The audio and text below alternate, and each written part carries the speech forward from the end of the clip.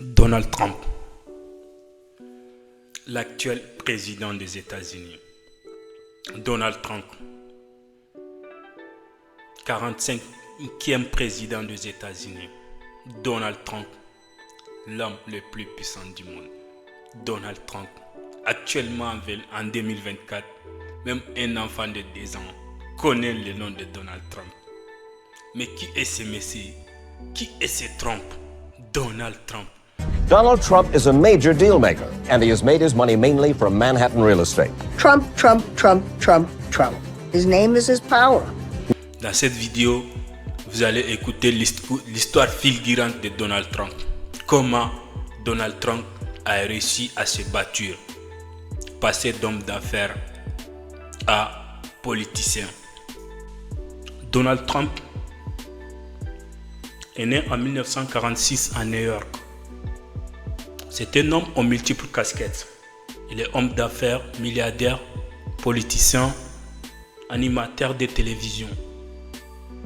Le père de Donald Trump est Freddie Trump, d'origine allemande qui a immigré aux États-Unis dans les années 80, précisément en 1885, et a fait fortune grâce à l'immobilier. Donald Trump était plutôt un enfant privilégié. Il a grandi dans un quartier chic du Queens, à New York. Mais dès ses bas âges, il était plutôt différent de ses frères et sœurs. C'était un garçon difficile. Donc pour canaliser son énergie, ses parents l'ont envoyé dans une école militaire à New York dès son adolescence, espérant canaliser son énergie. Il y passa presque 3 ans et après ses services militaires, il devait même participer à la guerre du Vietnam, mais à cause d'une maladie, il n'a pas finalement participé à cette guerre. Après avoir passé ses 3 ans au service militaire, Donald Trump reprend ses études. Il fait précisément ses études supérieures à la Wharton School en Pennsylvanie, dans un cursus spécialisé dans l'immobilier. Déjà pendant ses études, Donald Trump travaillait à côté de son père dans l'entreprise familiale qui portait en ce moment le nom de sa grand-mère Elizabeth Trump. Après avoir obtenu son diplôme en 1968, Donald Trump continue de travailler dans l'entreprise familiale à côté de son père Freddie Trump. À ses débuts, l'entreprise familiale rencontre quelques difficultés. Ils perdaient de l'argent dans certains de leurs logements. Ils ont dû redresser la barre et identifier d'où venaient les problèmes. Cela fut le premier défi de Donald Trump et cela lui a permis de lui faire comprendre que malgré tous les avantages dont il bénéficiait, malgré d'être le fils d'un millionnaire, il devait travailler encore plus dur pour réussir dans la vie. Après quelques années à côté de son père, précisément 3 ans, Donald Trump est devenu président de l'entreprise familiale. Sa première démarche a été quoi? Sa première démarche a été de rebaptiser l'entreprise qui portait autrefois le nom de sa grand-mère Elizabeth Trump. Elizabeth Trump, il le rebaptise l'entreprise avec Trump Organization. On est en 1970. Donald Trump, après avoir rebaptisé l'entreprise avec Trump Organization, il décide de se lancer dans une carrière solo en tant que promoteur immobilier indépendant. D'abord, les jeunes promoteurs immobiliers dynamiques et ambitieux, ils se concentrent d'abord sur le marché de Manhattan dans la métropole de New York, précisément dans sa ville natale. Dès ses débuts, Donald Trump, il avait bien compris une chose. Il avait bien compris que les Américains, ils aimaient la célébrité. Et quand on est célèbre, tout nous semble presque permis. It is my esteemed pleasure to introduce Mr. and Mrs. Donald Trump. That's Trump way back in 1994, appearing with then-wife Marla Maples on... Maintenant, comment être célèbre et comment être riche? C'était l'objectif de Donald Trump. En 1973, ce fut la première fois que le nom de Trump apparaisse dans le New York Times. Le père et le fils étaient visés par une enquête du département de la justice les soupçonnant de discrimination envers des aspirants locataires noirs. Mais finalement, l'entreprise The Trump Organization s'en est en sortie car il a trouvé un accord avec l'État et a accepté de les héberger. Par contre, ça n'a pas été aussi facile que ça car ils ont payé 100 millions de dollars d'amende pour contrefaçon contre la ministre de Justice de l'époque. Mais avec l'aide de l'avocat de Donald Trump, The Trump Organization s'en est en sortie sans admettre aucun acte répréhensible et garder une bonne image auprès du public américain. Ce fut une leçon que Donald Trump a gardée pour toujours. Il a même laissé un slogan sur cette leçon de vie. Il a dit que ne jamais admettre vos erreurs. Il a dit ça dans le sens que si vous faites des erreurs ou vous êtes soupçonné ou vous êtes visé par une enquête, si vous pouvez résoudre cette enquête d'une autre manière sans vraiment nuire à votre réputation, sans nuire à votre entreprise, il a dit dans ce sens-là que de ne jamais admettre vos erreurs. En 1978, Donald Trump a rapidement jeté son dévolu sur l'affaire Penn Central Railroad, qui avait fait faillite quelques années plus tôt. Et cet établissement avait laissé derrière elle 3 actifs immobiliers de premier ordre. Donald Trump, il décide alors d'acheter des parts dans le Commodore Hotel à New York, qui était un hôtel de luxe. Ensuite, il rénove l'hôtel. Les travaux de rénovation étaient financés par un prêt de 70 millions de dollars et ce prêt a été négocié par son père, Freddie Trump. Après la rénovation de l'hôtel qui faisait partie du groupe Yacht et après l'hôtel rouvre sous un nouveau nom avec le nom de Grand Hôtel Yacht, de Grand Yacht Hotel. On est toujours en 1978. Donald Trump, il termine les négociations pour construire la Trump Tower, un gratte-ciel de 58 étages à Manhattan, précisément à New York.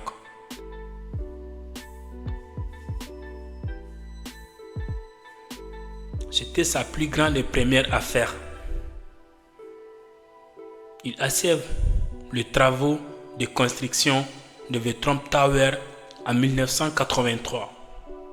Il installe un penthouse qui lui sert de résidence principale ainsi que le siège social de The Trump Organization. La construction de The Trump Tower a permis à Donald Trump de prouver à son père Freddie Trump qu'il pouvait bien réussir dans les affaires. Donald Trump, toujours avide de succès et de célébrité, on est en 1986. Il saisit l'opportunité pour promouvoir sa marque qui est son nom, Trump.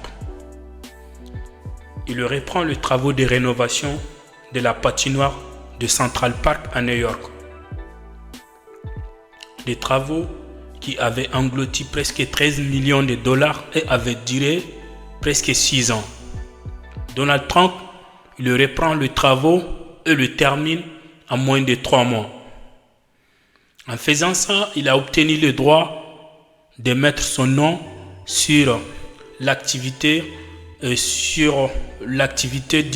rénovations, c'est-à-dire tout le matériel, tous les camions qui étaient utilisés, ils devaient porter le nom Trump, ce qui lui permettait de promouvoir sa marque auprès du public américain. On est toujours dans les années 80. Les affaires marchaient très bien pour Donald Trump. Il continue d'agrandir son patrimoine immobilier en faisant l'acquisition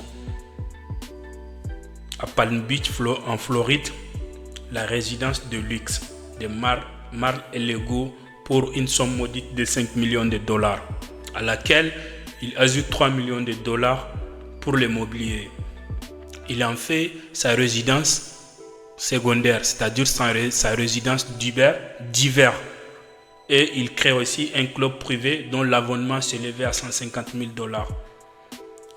Toujours à Palm Beach, en association avec le PDG de Chrysler, il achète un immeuble d'appartements et après il rebaptise ça The Trump Plaza of the Palm Beach en 1985. Toujours ambitieux et avide de succès, l'homme d'affaires Donald Trump, il continue toujours ses opérations immobilières. En 1988, il achète The Plaza Hotel pour 400 millions de dollars. Il revend cet hôtel en 1995 au prince saoudien pour une somme de 325 millions de dollars. La rentabilité de ces deals n'a pas permis de couvrir les frais liés à la rénovation. Mais comme je l'ai répété depuis le début de cette vidéo, c'est le Trump, l'échec n'existe pas. Il faut toujours rebondir. Au fil des années, Donald Trump, il continue toujours. Donald Trump, il construit et rachète de nombreux appartements, immeubles, des logements, des bureaux, des bureaux de luxe, des hôtels, y compris en dehors de New York. Le Trump Hall Tower, Trump Building, Trump International Hotel and Tower, Trump Hall Post Office, Pavillon, etc. Donald Trump is a major deal maker, and he has made his money mainly from Manhattan real estate. Trump, Trump, Trump, Trump, Trump. His name is his power. À cette époque, Donald Trump, il s'est déjà fait un nom aux États-Unis. Donald Trump ne veut pas seulement se limiter à l'immobilier, ni seulement se limiter aux États-Unis. Il investit également dans le transport aérien, dans l'enseignement supérieur, avec la création de The Trump Entrepreneurial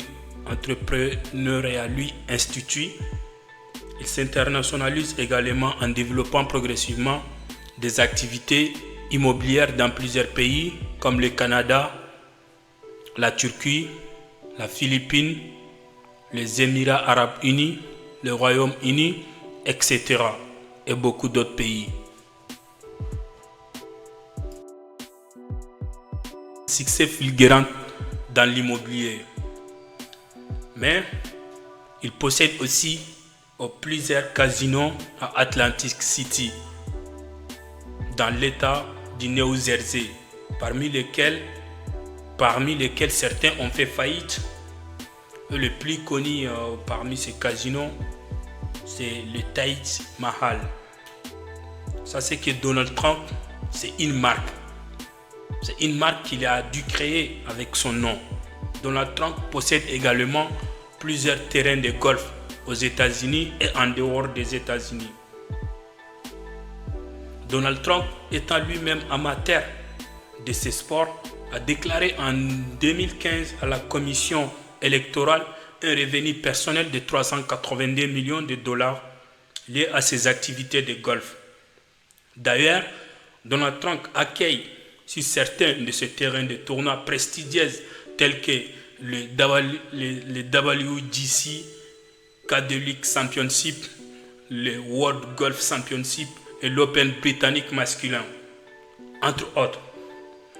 En 1983, toujours en 1983, Donald Trump fait l'acquisition de l'équipe de football, le Général de New Jersey. Comme je l'ai répété, comme je l'ai dit au début de la vidéo, Donald Trump, c'est quelqu'un c'est un homme aux multiples casquettes. Il est un peu partout. Cependant, l'équipe qu'il a achetée ne connaîtra pas un grand succès, fermera ses portes 3 ans après, c'est-à-dire en 86, il fermera ses portes. Mais Donald Trump, il continue d'investir car selon lui, l'échec n'existe pas. Entre 89 et 90, il donne son nom à un tour cycliste, The Trump Tour, un peu l'équivalent de la Tour de France ou la Tour d'Italie. Ça aussi n'a pas connu un grand succès, mais il continue toujours. Entre 1995 et 2015, il organise des concours de beauté tels que le Miss Univers, le Miss US, le Miss Teen US. Toujours dans les années 90, précisément en 1999, il crée son agence de mannequinat The Trump Model Management, mais finit par fermer cette filiale suite à la démission de plusieurs mannequins. Et aussi, il se concentre à cette époque, il se concentrait plus sur sa carrière politique.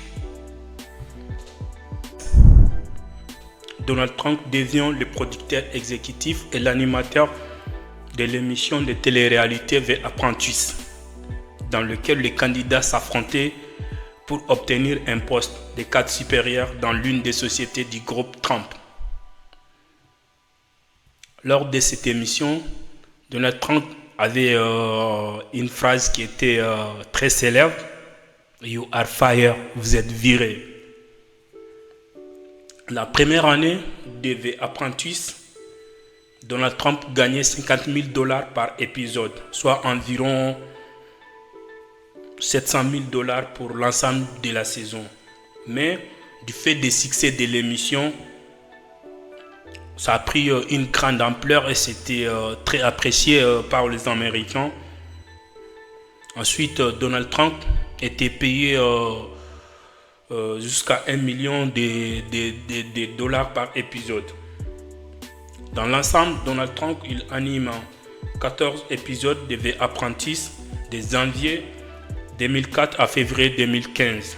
Ça c'est qu'en février 2015, Donald Trump il se concentre maintenant en fait sur sa carrière politique. Il veut maintenant devenir président des États-Unis. Pour finir cette première partie de la vidéo, ça c'est que Donald Trump il apparaît aussi dans plusieurs des manifestations de la WWE, notamment en 2005 lors du WrestleMania pour les besoins des matchs appelés The Battle of Billionaires. Ça c'est que la WWE c'est les catch. Il apparaît dans une bataille, The Battle of the Millionaires, la bataille des milliardaires. Au cours de cet événement, il soutient Bobby Lashley, qui était un catcheur célèbre en ce moment, qui devait se combattre avec un autre catcheur. Du coup, ça c'est la première partie. Lors du dans le prochain vidéo, je vous parlerai de la carrière politique de Donald Trump. Comment il a finalement laissé le casquette de l'homme d'affaires à un politicien célèbre jusqu'à devenir actuellement en 2024 l'homme le plus puissant du monde.